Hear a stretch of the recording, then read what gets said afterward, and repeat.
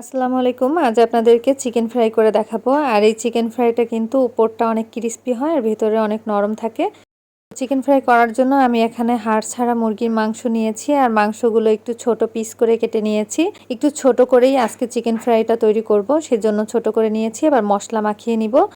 দিয়ে দিচ্ছি 1 টেবিল চামচ পরিমাণ রসুন বাটা, 1 টেবিল চামচ আদা বাটা, হাফ টেবিল চামচ জিরার গুঁড়া, আপনারা চাইলে জিরা বাটাও দিতে পারবেন, 1 চা চামচ ধনিয়ার গুঁড়া, হাফ টেবিল চামচ লাল মরিচের গুঁড়া, মরিচের গুঁড়াটাও কিন্তু বাড়িয়ে কমিয়ে দেওয়া যাবে, 1 চা চামচ গরম মশলার গুঁড়া, লবণ হাফ চা চামচ, সয়া সস 1 টেবিল চামচ। মশলাগুলো মাংসর সাথে খুব ভালোভাবে মেখে নিচ্ছি। আমি এখানে যতটুকু পরিমাণ মুরগির মাংস নিয়েছি সেই অনুযায়ী কিন্তু মশলাটা দিয়েছি। মাংসর পরিমাণ যদি বেশি হয় তাহলে কিন্তু মশলার পরিমাণটাও বেশি হবে। তো খুব ভালোভাবে মেখে নিলাম। আর এই মাংসটা একটা ঢাকনা দিয়ে ঢেকে আমি রেস্টে রেখে দিব। 2 থেকে 3 ঘন্টার মতো ফ্রিজের নর্মাল সাইডে রেখে দিব। এতে করে মশলাটা পুরোপুরি মাংসর মধ্যে পৌঁছাবে।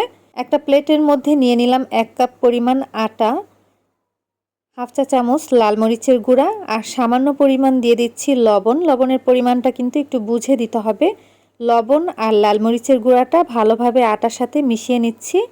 মেশানো হয়ে গেছে। এখন আগে থেকে ম্যারিনেট করা মাংসগুলো আমি এই আটার মধ্যে দিয়ে দিব। মাংসগুলো যেহেতু একটু ছোট ছোট করে কেটে নিয়েছিলাম তাই একবারে অনেকগুলো দিয়ে দিচ্ছি। একসাথে অনেকগুলো কোটিং করা যাবে। তো দেখুন আমি আটা দিয়ে কিভাবে করে কোটিংটা করে নিচ্ছি। আমি এখানে যেহেতু আটা দিয়ে কোটিংটা করে নিচ্ছি, আপনারা চাইলে কিন্তু ময়দা দিয়েও সেমভাবে করে নিতে পারবেন।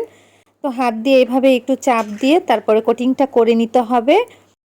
কিভাবে করে নিচ্ছি আপনারা দেখে হয়তো বুঝতে পেরেছেন। এবার অতিরিক্ত আটাটা এভাবে ঝেড়ে ফেলে দিতে হবে।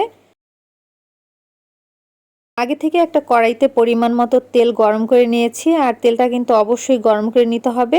তেল গরম হয়ে গেলে একটা একটা করে দিয়ে দিলাম। প্রথম 20 সেকেন্ড হাই আঁচে ভাজতে হবে। এরপরে চুলার আঁচটা মিডিয়াম থেকে একটু লোতে করে এগুলো ভেজে নিতে হবে।